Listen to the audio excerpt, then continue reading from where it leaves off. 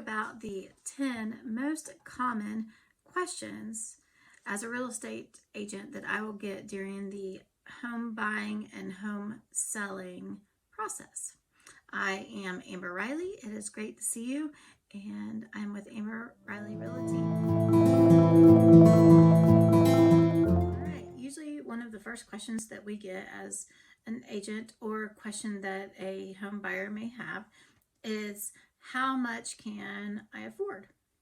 So of course this is a great question, and you're going to want to know that information, and we can help you go through the pre-approval process so you know exactly what price home that you can afford to purchase. Whether you decide to purchase that amount or something lower, of course that's always up to you.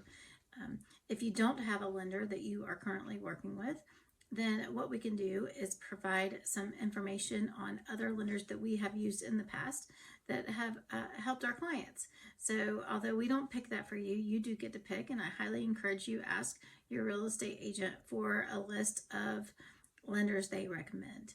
Those lenders will help you get down and get the numbers down perfectly of what you can do, and help with that pre-approval letter that you are going to need in case you find one of the homes. One of the really good questions that I get a lot that is a great discussion to have with your real estate agent is, what type of neighborhood am I looking for as a buyer? So you're going to want to look at any HOA documents. What area do you want to live in? What size home? What size yard? Do you want to live in close proximity to your neighbors, to public transportation, things like that? Do you want to be able to have chickens in your backyard, or farm animals? Look at zoning, things like that. Look at the quality of the schools, and any potential for future appreciation of your home.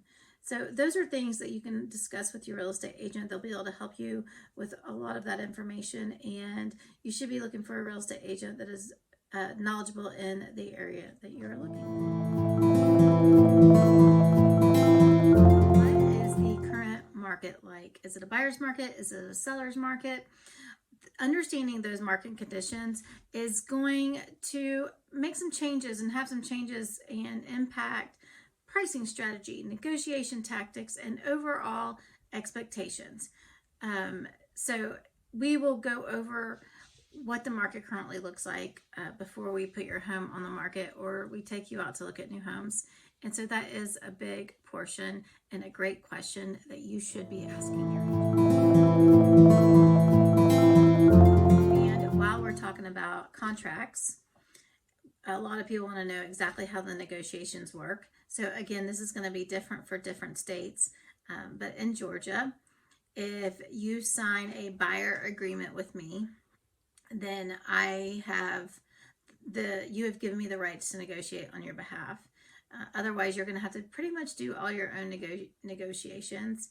But it's great to have a real estate agent in your corner that can go to bat for you and try to get you everything you need as a buyer.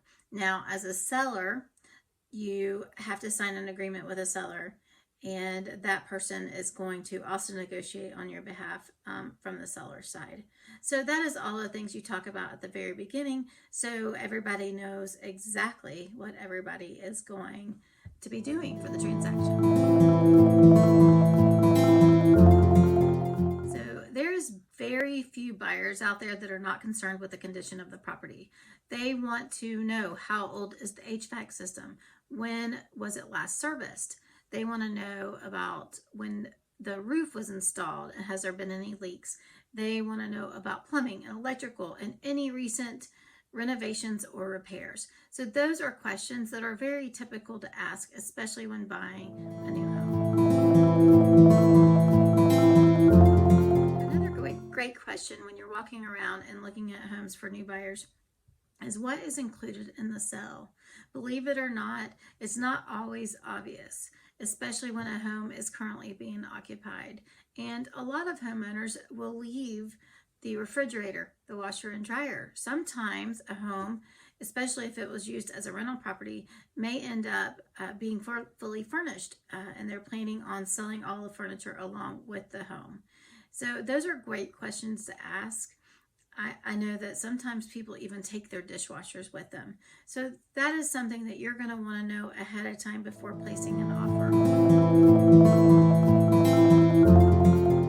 Are there any defects in the home? So in Georgia, we provide a homeowner disclosure paperwork that should show any defects that are within the home, and that helps with seller liability. They have to actually let the person know that there's things wrong. But you want to know these things. You want to know if there's mold, there's foundation issues, there's any other kind of water issues, pest issues, things like that. Those are things you're going to want to know, and sellers should disclose this information to help avoid legal liabilities.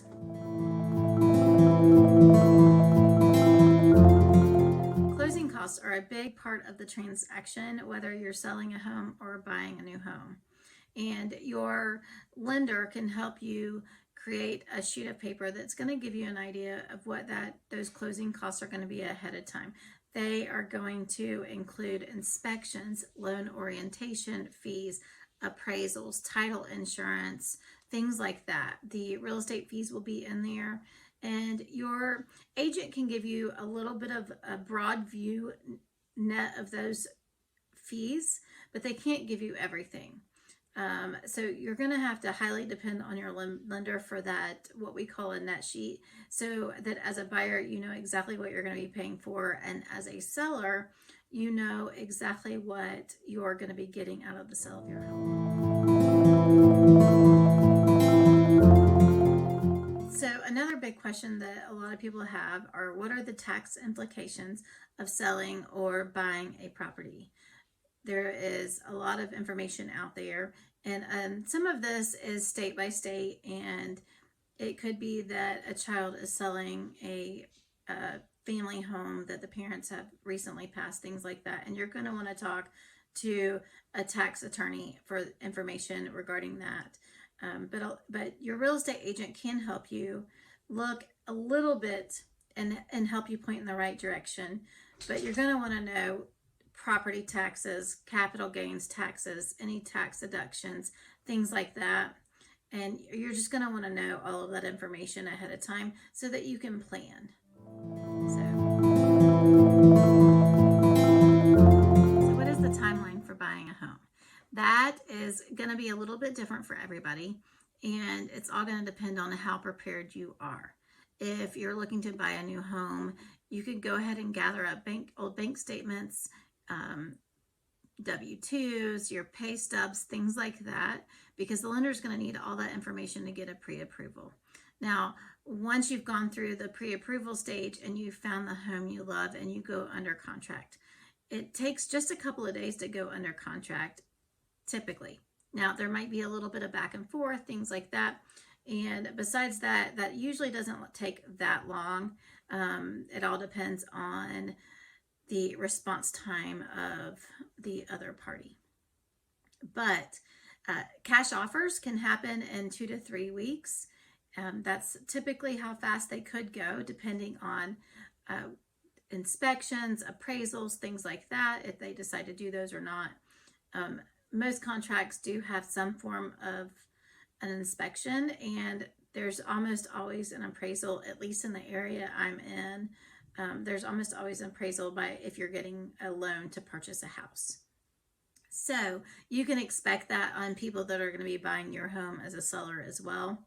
And I've seen up to 14 days due diligence period. That is the time period that the people that are looking to purchase the home, so the buyer, whether you're the buyer or you're the party selling your home, the buyers are going to come in and they're going to have a lot of times up to 14 days to do their due diligence, which will include inspection and appraisal. And after that, it could take 3 to 4 weeks, depending on the verbiage in the contract and how quickly that lender can get all the information together and get the qualification and the actual loan ready to go. And that's it. That's the top 10 questions as a real estate agent that I will typically get. So if you have any questions beyond that, feel free to reach me on direct message, comment below, anything like that. I'm out on social media under Amber Riley Realty. Have a good one. Peace out.